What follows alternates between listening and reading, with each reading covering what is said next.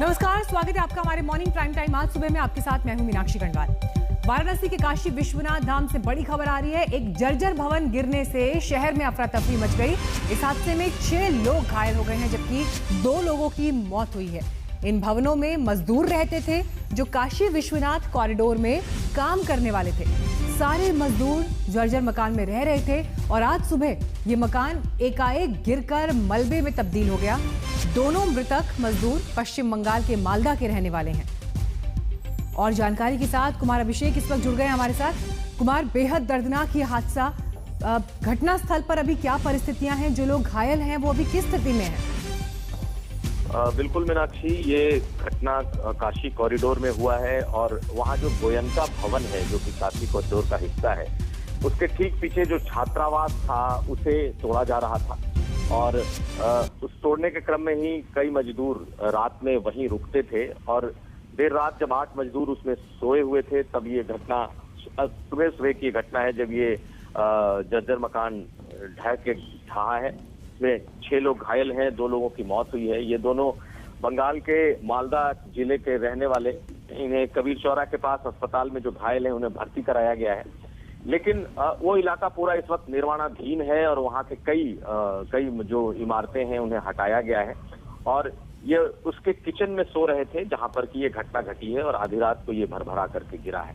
तो कुल मिलाकर अभी वहाँ एनडीआरएफ की टीम मौजूद है, प्रशासन की टीम मौजूद है, डीएम, कमिश्नर, पुलिस कमिश्नर, ये सभी लोगों ने उन जगह का दौरा किया है और एनडीआरएफ ने वहाँ पर इस वक्त सहायता काम जो है वो राहत कार्य चला रखा है। सभी लोगों को वहां से निकाल लिया गया है। जो घायल है उन्हें अस्पताल भेजा गया है, जबकि 2 की मौत हो गई। मीनाक्षी, शुक्रिया आपका कुमार इस जानकारी के लिए। स्वामी रामदेव के खिलाफ आईएमए ने मोर्चा खोल दिया है। एलोपैथी पर स्वामी रामदेव के बयान को लेकर डॉक्टर्स आज विरोध कर रहे हैं। काली पट्टी लगाकर काम पर तैनात है। कोई मार्च निकालने का कार्यक्रम नहीं है। हालांकि स्वामी रामदेव पहले ही अपने बयान पर सफाई दे चुके हैं, लेकिन आईएमए ने उनके खिलाफ मोर्चा खोल दिया है और तमाम तरह के कानूनी रास्तों पर वो आगे बढ़ चुके हैं। स्वामी रामदेव के बयान के खिलाफ यहां पर डॉक्टर्स का ये विरोध प्रदर्शन, काली पट्टी बांधकर ये सांकेतिक विरोध डॉक्टर्स ने दर्ज कराया है। शांतिपूर्ण ढंग से ये प्रदर्शन, क्योंकि कोविड काल में जो परिस्थितियां अभी अस्पतालों में हैं, ऐसे में मरीजों को दिक्कत ना हो, जो काम अस्पतालों में चल रहा है वो सुचारू रूप से चले। लेकिन उसके साथ ही डॉक्टर्स ने अपनी नाराजगी स्वामी रामदेव के बयान पर जाहिर की है।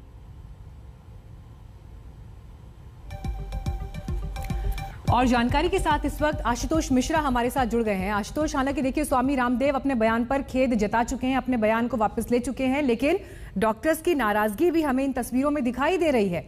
काम वैसे ही चल रहा है, लेकिन हाथों में काली पट्टी, विरोध के स्वर।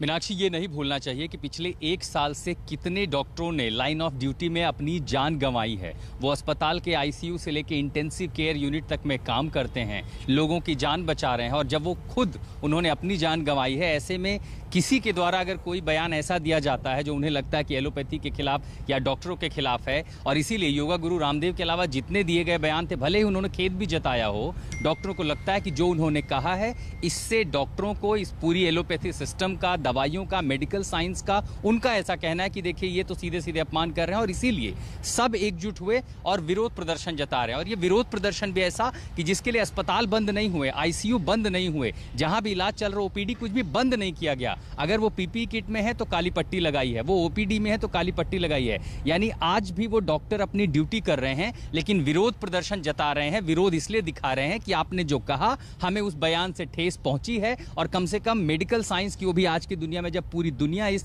महामारी से जूझ रही है, हिंदुस्तान भी उससे जूझ रहा है, डॉक्टर अपनी जान लगा करके लोगों की जान बचा रहे हैं। ऐसे में कम से कम जरूरत है उनका हौसला बढ़ाया जाए, ऐसा कुछ भी ना कहा जाए जो डॉक्टरों का मनोबल तोड़े। और इसीलिए डीएमए हो, आईएमए हो, फोडा हो, रेजिडेंट डॉक्टर्स हो, हर कोई इस मुहिम के साथ जुड़ गया है अपना विरोध जताने के लिए। मीनाक्षी, शुक्रिया आशुतोष इस जानकारी के लिए आपका। देश में कोरोना की रफ्तार पर करीब ब्रेक लग गया है। 24 घंटे में करीब 1,27,000 नए केस सामने आए हैं। बीते 1.5 महीने में नए केसेस में ये आंकड़ा सबसे कम है। ठीक होने वाले मरीज भी लगातार बढ़ रहे हैं।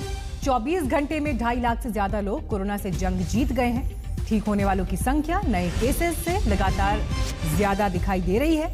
हालांकि मौत का आंकड़ा अब भी चिंता का सबब बना हुआ है। 24 घंटे में 2800 लोगों ने अपनी जान गंवाई है। दिल्ली में हालांकि मामले घटकर 1000 के नीचे जा पहुंचे।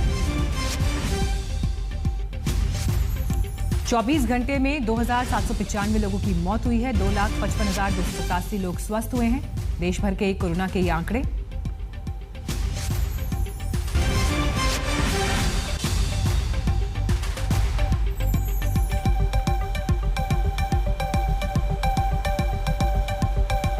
आपको दिल्ली की तस्वीर भी दिखा रहे हैं बीते 24 घंटे की, जिसमें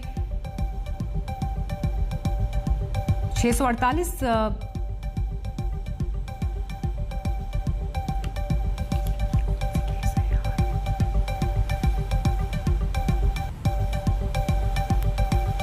महाराष्ट्र के आंकड़े आपको बीते 24 घंटे के दिखा रहे हैं। केसेस अभी भी वहां पर 15,000 के आसपास रिपोर्ट हुए हैं। ठीक होने वालों की संख्या हालांकि कहीं ज्यादा 33,184 लोगों की मौत बीते 24 घंटों में हुई है।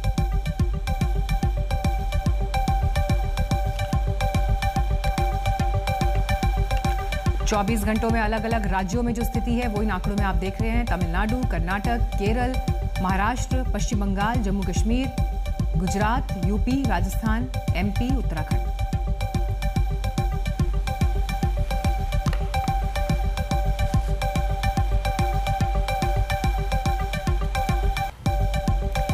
इस वक्त और जानकारी के साथ देश के अलग अलग हिस्सों से हमारे संवाददाता जुड़ गए हैं। भोपाल से रवीश हमारे साथ हैं, लखनऊ से हमारे साथ अभिषेक इस वक्त जुड़ गए हैं, कुमार कुणाल दिल्ली में मौजूद है और मुस्तफा शेख मुंबई से हमारे साथ जुड़ रहे हैं। सबसे पहले अभिषेक, यहां पर आपका रुख करते हुए किस तरह की परिस्थितियां अभी यूपी में हैं और अनलॉक की दिशा में अब जब कदम आगे बढ़ाने की तरफ सरकारें विचार कर रही हैं तो किस तरह की ढील आने वाले दिनों में देखी जा सकती है?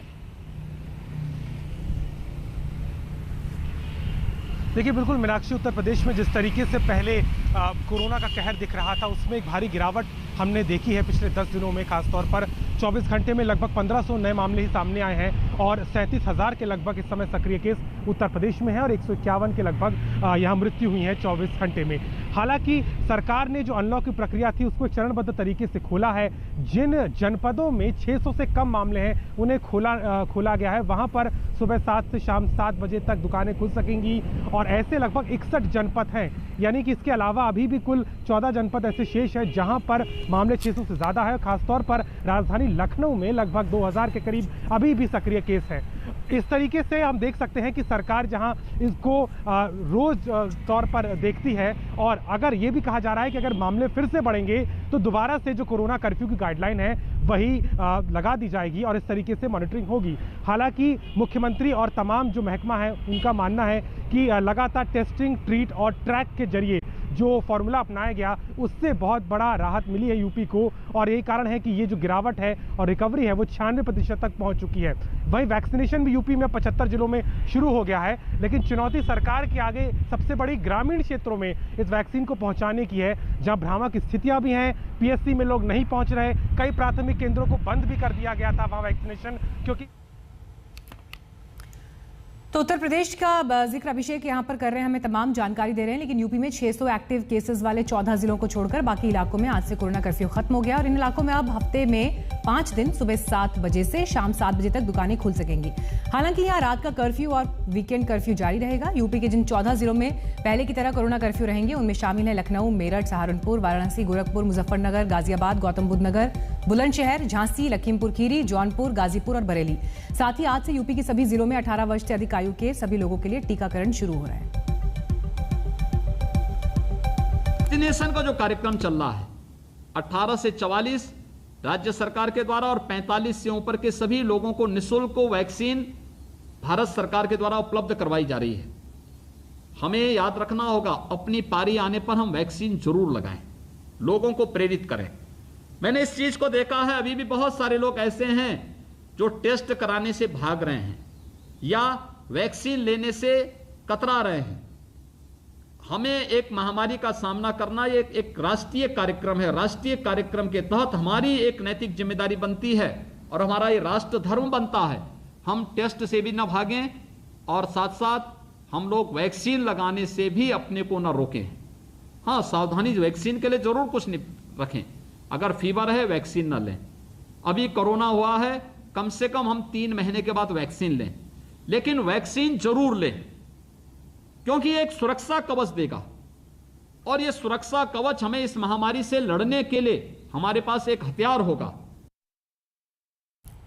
उधर मध्य प्रदेश में भी हालात तेजी से सुधर रहे हैं। आज से यहां पर पाबंदियों की राहत की पहली खेप दी जा रही है। आपको बताते हैं कि आज से क्या क्या खुल रहा है। उद्योग धंधे, किराना की दुकानें, फल सब्जी की दुकानें, रूम डाइनिंग के साथ रेस्टोरेंट, सार्वजनिक परिवहन। तो एमपी में भी आज से अनलॉक के लिए ये कदम उठाए जा रहे हैं। तो उसके तहत कहां कहां अब पाबंदियों में ढील आपको दिखाई देगी, ये आपको हम आंकड़ों के जरिए भी बता रहे हैं। सभी प्रकार के सामानों और माल की आवाजाही की इजाजत मिल गई है। ड्राइवर, डोमेस्टिक हेल्प, कुक के काम करने को भी अनुमति मिल गई है। रेड जोन के बाहर मनरेगा के काम हो सकेंगे। मोहल्लों में सिंगल दुकानें खुल सकेंगी। साथ ही निर्माण कार्य को भी मंजूरी मिल गई है। लेकिन कई जगह पर अभी भी सख्ती है। भीड़ वाले सामाजिक, राजनीतिक, धार्मिक, पारिवारिक आयोजनों पर पाबंदी जारी रहेगी। स्कूल, कॉलेज, कोचिंग बंद रहेंगे। सिनेमाघर, शॉपिंग मॉल भी बंद रहेंगे। जिम, स्विमिंग पूल, बार, पिकनिक स्पॉट, ऑडिटोरियम बंद रहेंगे। अब हम धीरे धीरे अनलॉक की तरफ बढ़ रहे हैं, मतलब कई चीजों में हम छूट देना शुरू करेंगे ताकि दुनिया भी चल सके, जिंदगी भी चल सके, काम धंधा चल सके, गरीबों की रोजी रोटी चल सके।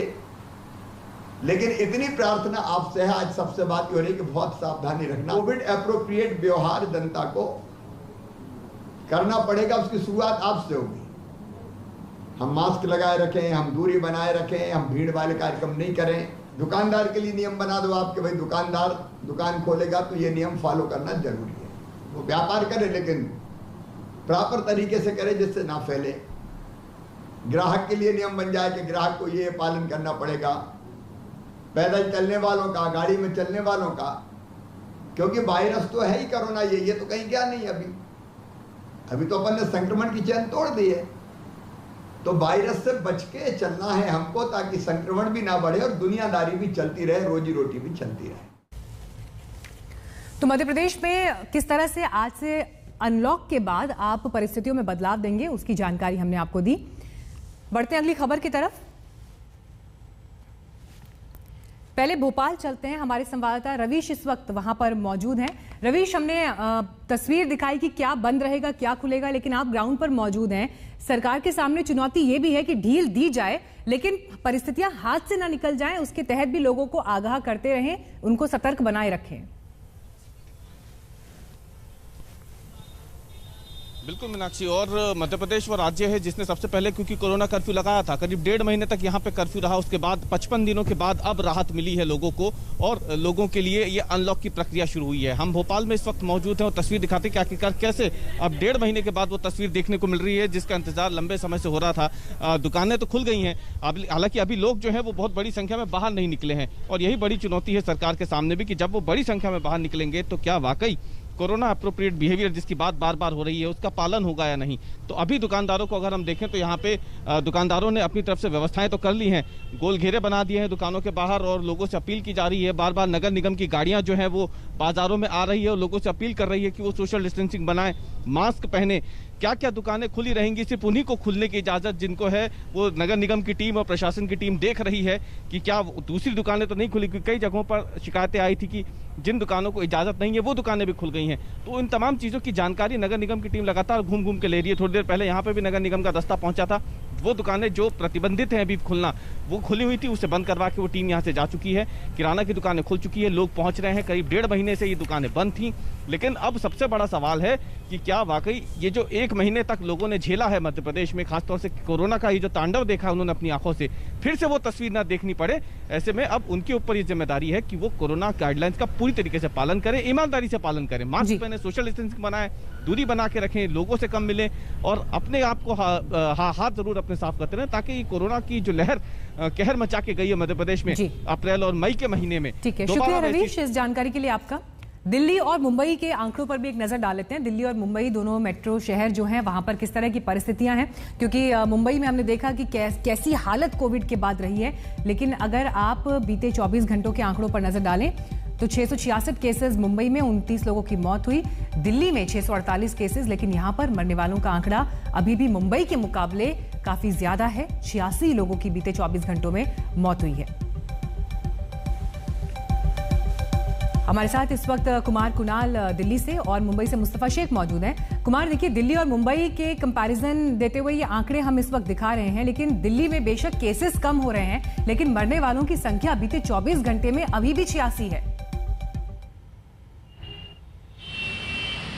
बिल्कुल, और वो सबसे बड़ी चिंता की बात है मीनाक्षी, क्योंकि जिस तरीके से पिछले दिनों में आईसीयू बेड की कमी थी और तमाम ऑक्सीजन को लेकर के बहुत ज़्यादा मुश्किलें पेश आई दिल्ली के लिए, उसके बाद जो अब आंकड़ा परेशान कर रहा है वो है मौत का आंकड़ा।